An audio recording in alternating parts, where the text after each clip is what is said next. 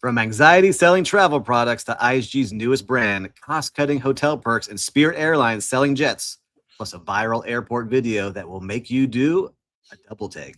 This week's GMH Hotels covers both strategy and spectacle. Let's get into it. Woo-hoo.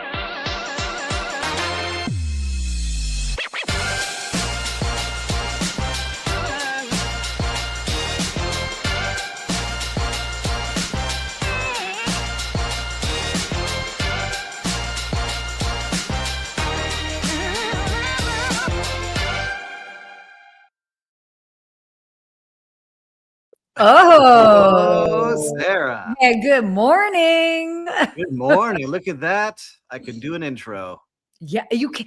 That was very well done, sir. Very, very well done. Watching the best for a couple of years now, Sarah. Oh my Watching gosh. you nail it every time. I was like, I'm going to try it this time, viewers. and You listeners. I'm gonna make sure were I jump in here. fantastic. I just had to sit there and just chill, which was kind of awesome. Yeah, I'm playing with my lights here. So thank you for that. Ah, you got it. Watch out, local news. I know Sarah has the circuit down, but if you need someone in South Florida to hop on, you let me know. I'm happy to jump in and do some openings. You're crazy. You're But I'm crazy. feeling good today, Sarah. I told you, I think there's something in the air. I don't know about all the moon cycles and the waves or whatever's going on in the environment, but feeling grateful today. Things are going well. Beautiful day here in Miami. Get to do the show with you and all the viewers. Amazing. Feeling good today. How are you feeling? Good. Not as great as you. I mean, I feel fine, but it's much earlier for me on the West Coast. So I feel like I'm always playing a game of catch up. So even if I'm like waking up at 5:30 in the morning, my body's still like, we're getting there. So I try to bring that early morning energy. You got it today. Viewers, this is my favorite thing. And listeners, you don't get to see this. You got to watch. There is light coming up. It's sunrise where Sarah is. And I can see her stressing about the lighting hitting her face slowly going up as the sun's coming up. So don't worry, Sarah. We're going to do a great show. Let that sun shine through. And Lou says, sun's up. Time to go, go, go, go. It's true. Oh my gosh, you guys, you are too ridiculous. But why does it feel like it's been so long since I saw you? And it was just last week. I don't know. We got to, we usually catch up a lot more. We didn't catch up this week, I think is probably what it was. Yeah, But probably. in-person stuff, a lot of stuff's coming up in Miami. Yeah. We have a lot of great things going on. Food and wine festivals coming up No, very we're shortly. trying to make it for that. Boat But show just happened. Art shows, like so many cool things going on. So you definitely have to make time to come on over. And I also want to get over to where you're at. We were talking about doing some stuff potentially live. yes. Exciting. Yes. So let us know if you want to see us do some live things. We've got a lot of fun contacts. Yeah. Lighthouse Point, Florida. Robert, very good to see you. Actually, our vacation rental management team just signed the property in Lighthouse Point. Oh. Reza, good to see you here. Let us know where you're all watching from. I know we've got a lot of viewers watching live right now. I would love to see where you're watching from, especially the ones on YouTube. We have a lot of new people on YouTube watching. LinkedIn, we always love seeing you here.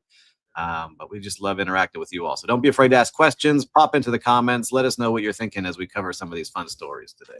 All right. Look at you. You're just like hosting, like you just you're driving the bus today. Something. There's a Chinese New Year, I think, was yesterday. Maybe there's something going on. Wait, did you wear red yesterday? No, I did not. I wore my signature uniform. I had to give a speech yesterday at a conference, which was always fun as well. I wore red. I was like, I'll take all the luck. I watered a money tree. I wore red. I was into it. Lou, lovely Charleston, South Carolina. I want to go back to Charleston. I haven't been in a couple of months. I only went for my first time recently. It was great. And Paul Manzi getting his popcorn ready. We'll put on a good show for you today. Ooh. All right. With that, should we dive into our first topic? I think we should. Yeah, cool. So this was actually pretty cool. I thought it was a fascinating read. So the travel industry's most profitable product is your anxiety. Why do I actually love this? Because that is also, for those that know that I have my concierge business, this is what drives my concierge business. I feel like, yes, there's a lot that I end up doing, but probably a good 60% of what I do is just calm people down. And so people have so much anxiety when it's true, right? So it's interesting. Basically, this was an article that kind of talked about how travel companies are really monetizing travelers' anxiety. So obviously, where do we see it in the big picture? insurance, having flexibility, premium pricing. I mean, I can't even tell you the number of times that we end up, I book either for my clients or even my mom books stuff fully refundable because they're nervous. Like, what if something happens? So it's interesting. I mean, obviously people will pay for a peace of mind, but should they have to? I think that's the big question.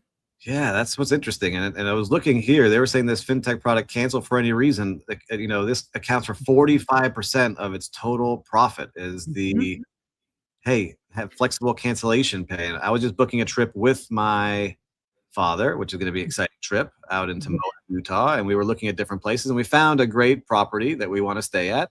And I just remember thinking like it was much cheaper to just book the room without any cancellation, no flexibility. Like you book. Then it was, I don't know, I think it was almost 20% higher to book with cancellation. And I think that we might have booked it that way. So if my dad's watching, he watches some of these. I forget what we booked, but I think we did just in case something happened. It was just having that peace of mind. Like, all right, I'm not going to go. Like we already bought the plane tickets. We already signed up for the thing that we're going to do there, but we still paid that extra for the chance to be able to cancel, which is interesting that it's a revenue strategy now for all of these hotels to say, I get it. I'll give you a discount knowing that I'm always going to get that money and I can count on that money. And if you do want to cancel, hey, I'm going to charge you a tax on that cancellation fee, basically. So, I mean, you book a lot of travel for people. Are you using these cancellation anytime fees, or are you paying the non-refundable fees? No. Oh, that's a great question. Also, I'm, a lot of times cost is a secondary issue for my clients. So it's more about convenience, is number one. So for all of like 90% of my clients, we're booking fully refundable fares. And we will change. I mean, even last night, I got a note at like 8:00 at night, like, oh, we need to change. We need to add this. And so, and these are like expensive tickets too. We're talking about like $20,000 round trip flights and that. So obviously for $20,000, it's, at that point you're like, okay, they definitely want to pay extra to make sure that they can keep it flexible. But I mean, I get it. Like I don't book it for myself. Even though I do change my flights quite frequently, but that's why I stick with Delta, because even though I'll basically still have that as credit and I know I'm going to be traveling again. So for me, my peace of mind is if I just stick with Delta, I'll always have that credit, even if I have to change things. So I think we all have different approaches to it and it depends. But I liked in this article, they said 30% of travelers now rank ticket refundability, 30% rank that as one of the highest value features. And then 27% say about the same for flexibility for changes. I think, I mean, there was always an element of that, but especially after the pandemic where people got burned. I mean, I got burned by a big airline company because they didn't want to cancel my flight to India at the start of the pandemic. And I was sitting on a chunk of change.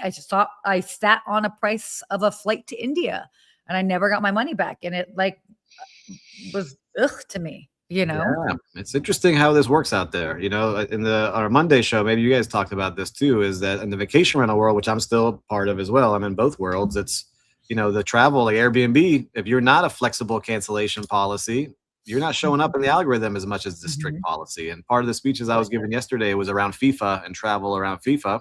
Sure. And they were saying that 60% of the bookings that are going through for vacation rentals and short-term rentals, and looks like some boutique hotels too, are all wanting flexible cancellation rates. So 60% out of all of them. And then what people are seeing, there's only a 19% cancellation that is actually being used versus when you still have strict, right? Strict is a tiny, people don't want that. They're still seeing people cancel and they're keeping the money, but it's not that big a jump. So it's interesting kind of model to see where people are paying those extra rates and never canceling anyway, just having it in peace of mind. And you're getting those higher ADRs out of people stressing and worrying that something might go down. Yeah, it is fascinating. I mean, people really, I mean, I've had clients that are like, well, what if that flight gets delayed or that gets canceled? And I'm like, you are correct. That could happen, but we're not going to live in that space. It's like, to me, it's like there's so much going on and there's but if you help you sleep better at night, like I might be that way too on certain things. If it can help you sleep better at night and you buy that travel insurance or whatever it might be, that refundable fee. Like I see Loom is kind of like me. Maybe it's you sleep better at night, not worrying about it. So maybe it's just something we all have to work on. Too much coming in of all the bad news around the world always pumped into us. We need some good news. I need a good news channel. So if any viewers or listeners have some good news sources, put it here in the comments. I want to start filling my algorithm with good news. Well, I have to say, I mean, it's like at the end of the day, especially when what is that quote? It's such a great quote. It's like the thing about anxiety or worrying is like, especially if you're worrying about something that isn't like, why would you worry twice about something? Or why are you even worrying about something that might not even happen? You're like, to me, it's such a waste of energy. And there's always going to be a solution. Yes. And you know what? And I know this sounds horrible to say, and maybe it's a privileged sort of way of thinking about it. But like, if we really look at it, we've all wasted money in our lives. At the end of the day, you get screwed out of some money and it really sucks, but like, we just will get over it, So it's like, it's obviously not convenient. Nobody wants that ever to happen, but you put it in perspective and you just keep it moving. I love it. For our revenue managers listening and watching, let us know. I'm curious because this wasn't as prevalent 5 years ago when I was still running hotels. Is this part of the true revenue strategy now to really push people into that refundable fee? I would love to hear what you all think because it does make a ton more money as we're seeing here. People want the chance to be able to refund if they're willing to pay for it. So let us know what you're seeing out there. They should be doing that instead of resort fees. There you go. Oof. Resort fees straight to the bottom line. But there you go. Oh, I think we got to get to our next topic here. Okay, fine. All right. So IHG, our friends over at IHG, they have launched their 21st brand, Noted collection. This is great. I mean, is this new? Nothing about this is new. In the sense that they've launched this new brand, which is basically a sort of collection or a way to kind of label and capture independent and boutique hotels. We've seen this with a lot of the other big brands doing it, and they're really kind of focused on Europe, the Middle East, and Asia, where there are a lot more independent and boutique hotels. And obviously, there's a lot of perks. Certainly for travelers, there's a lot of perks as well for the hotel owners. But I think it makes sense, and it's great to see, especially if you are loyal to the IHG brand and company. Yes, 21st brand. So I think all the big brands we've talked about over the past 6 months are in the 20s now. And it just shows the Noted collection being added. It just shows asset light. IHG doing this brand doesn't have to build any hotels, doesn't have to cover any payroll, doesn't have to carry any major expenses, plugs in these hotels that are, one-offs that are in Europe or Asia or in the areas they're focusing on, they said here, and they get automatic marketing and distribution and revenue management for a fee. And IHG collects that fee and a piece of every single reservation that comes through. And they may have some incentives too if that hotel does better, but it's just an easy way now. I'll say easy, but it's a way now for hotel brands to continue to make money, right? We talked last week about Marriott's credit card game and how much money they're making from that. This asset light model, these collection models, really people are signing up. So there's got to be some value. People keep doing it. They're expecting in the next 10 years to have 150 hotels added to that Noted collection. So not a gigantic number, but significant number to get into that collection and keep driving opportunities for guests to get into that loyalty program and make it worthwhile for people to be IHG fans, which I am. I love Intercontinental hotels. I've talked about that a lot. I have their GMs interviewed all the time. So I enjoy what IHG does, and they can keep making it better for everybody. Good for you, but it's also a great revenue model for them. No, it's great. And at the end of the day, I mean, from the business side, obviously it's a fantastic revenue model, but from the consumer side, the reality is, and we've shifted away from people wanting always. Sometimes they do want it. I know for myself, sometimes I do want it, where the brand and what you're walking into, the quote unquote big box. So there's something to be said for consistency of the big brands, but then there's also an increasing number of travelers who are like, I just want something that has local personality, that's super unique, that I know that when I'm going there and I'm staying there, it's going to be very different than when I'm staying at another property around the world. So, I mean, this is the reality of the sandbox that we're playing in, certainly travelers. And so, I mean, it just makes sense that they're adding this to their business model. And I think it's a win-win all around. Yeah, I think there's also an opportunity for people building unique things out there. So if you can create a unique brand or a unique property, I think there's still something there, because you see the big brands aren't doing it. They're creating collections. They're not really launching brand new products. So keep building what you're building. Keep being creative. I'd like to see a lot of opportunity for everyone out there.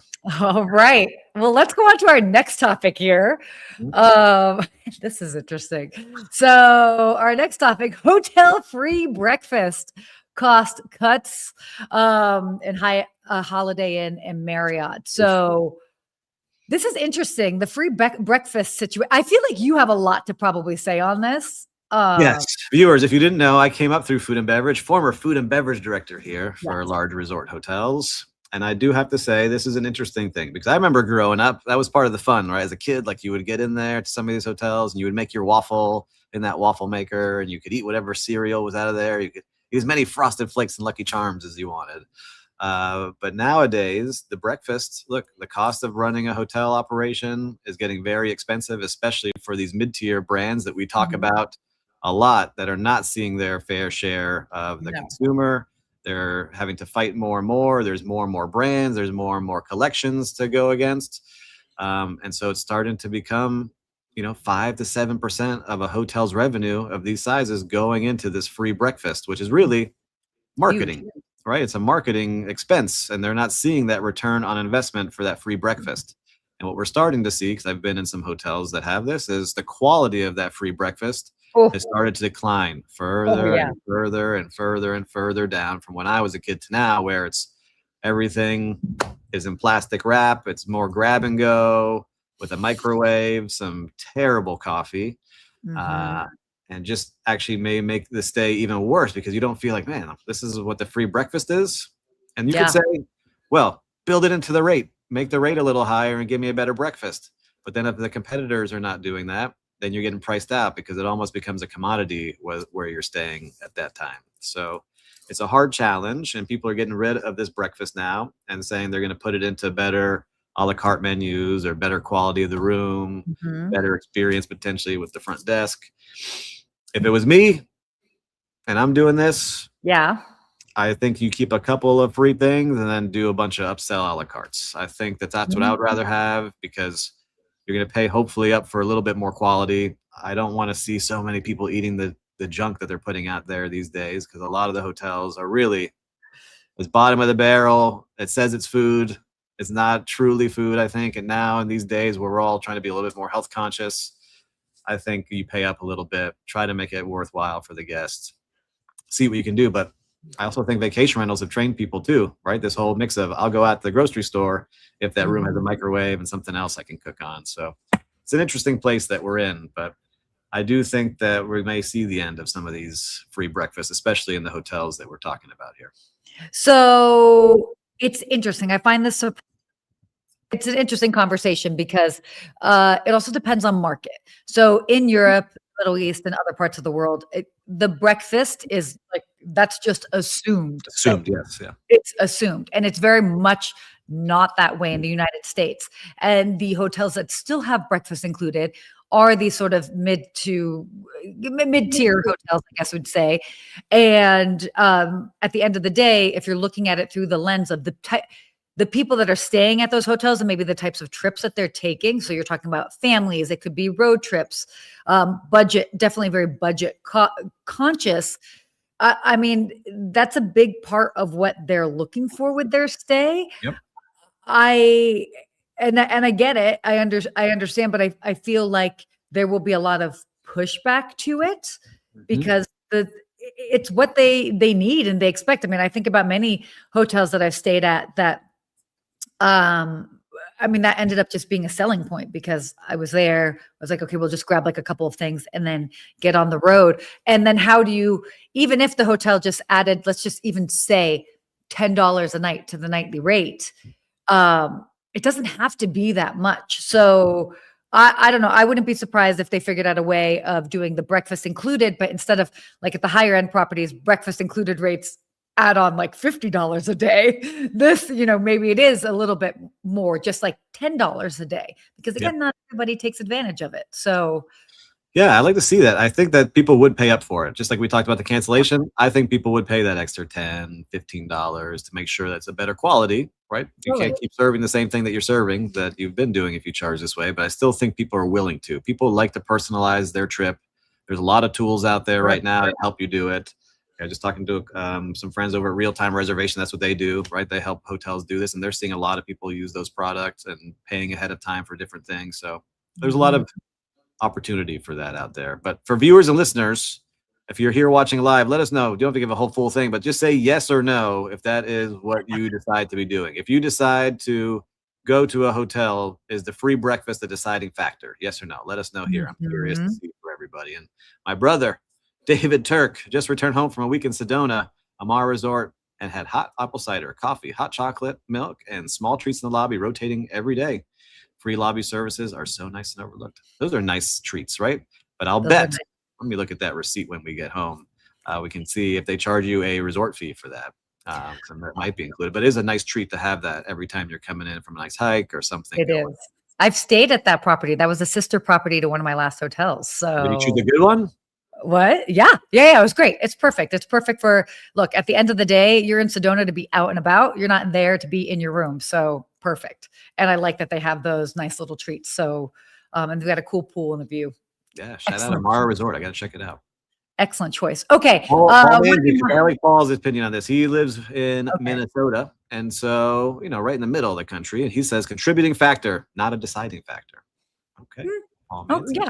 Well, again, I think it also all depends. Like, it's not that big of a deal for me, party of one. But if I'm traveling, and I'm a family, and we're 4 or 5, for sure that moves the needle.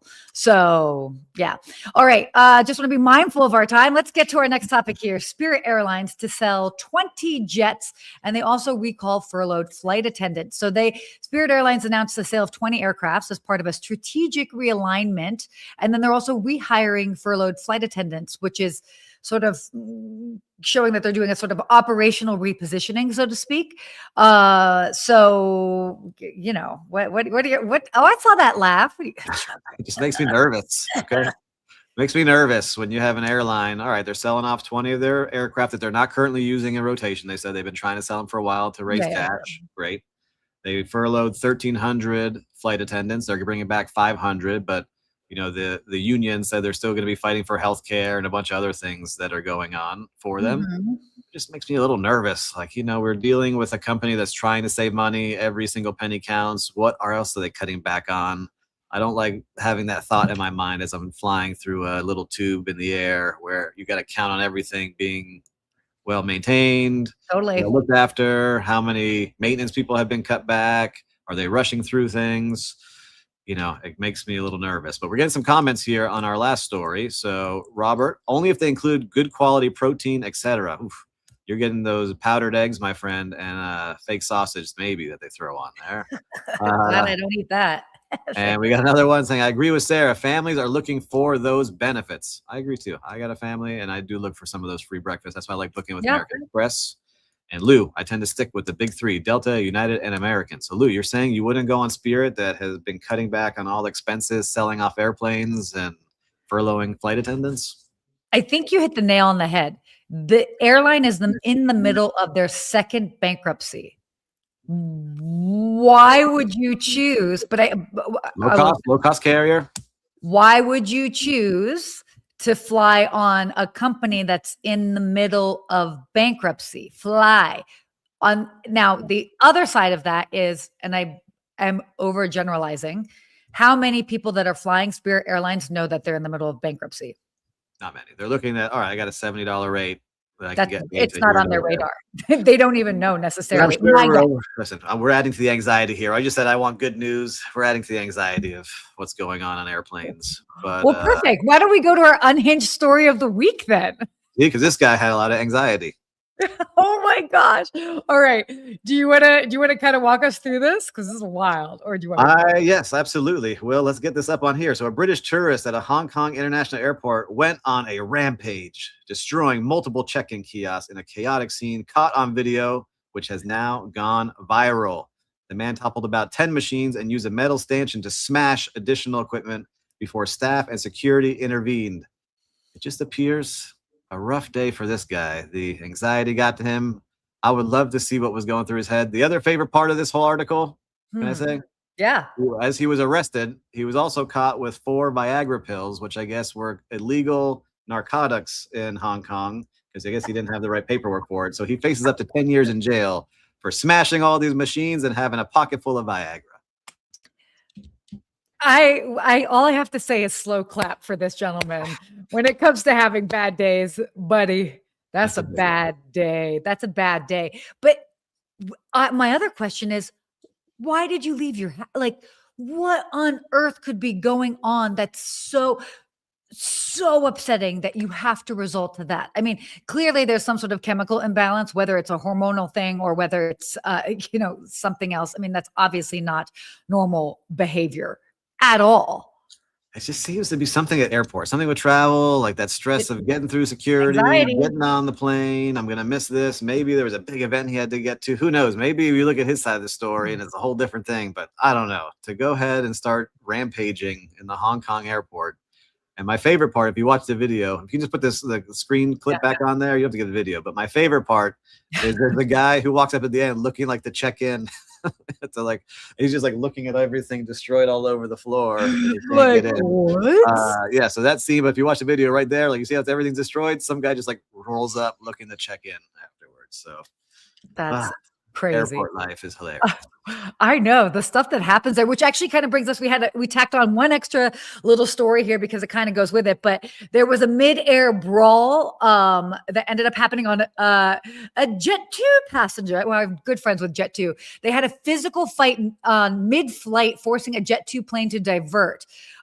What was great about this and why we kind of tied this in is that both of the passengers were later banned from the airline and fined for their conduct, because that cost money, because they had to divert the plane. And so I think we need to be seeing more of this, not just banning, because obviously people can just go fly whatever airline, but actually fine them for their conduct. And to be honest, maybe we already do that and I don't know about it. I haven't effed around and found out, but I will say that, sometimes you just have to stick it to people and be like, yo, you have to pay for this. The world does not revolve around you. You have impacted this business and obviously then the lives of 200 plus people or however many people are on the flight. And I mean, sometimes somebody just needs, they just need a good slap on the hand. I will say this. I think I can share this. Maybe the government will get me in trouble, but a friend of mine, can't say too many details, works for ICE, and he was joking around with us like, stop making fun of him on something, and he pulled out a form. It's a no-fly list form, and it has all the reasons why you can be no-fly list, and so you get stopped at the airport for many things. So there's definitely lists out there that you get put on right away, and it'll make your day terrible every time you go to the airport. So. Ooh, that is not fun. That is also crazy that list exists and people can so easily and readily add to it. You're added to this list. That is crazy. Yeah. Guys, relax. Enjoy the flight. Be grateful for a beautiful day. Hopefully things get better for you, smashing up the airports. And I'm sure you all watching and visiting and viewing and listening to this, you see a lot of crazy things out there too. If you've seen a crazy story, give us the link, because we're going to be adding this every single week to our show, the Unhinged Story of the Week. So let us know what you're seeing out there. Love it. Love it. Yeah, definitely let us know. But we are going to be mindful of our time today. We won't do our real-time recap, but that just means we're going to have that much more to share by next week. I'm going to be traveling this weekend, so I'll be in Cabo. Stay tuned. Check out my social. I'm going to be exploring a new hotel.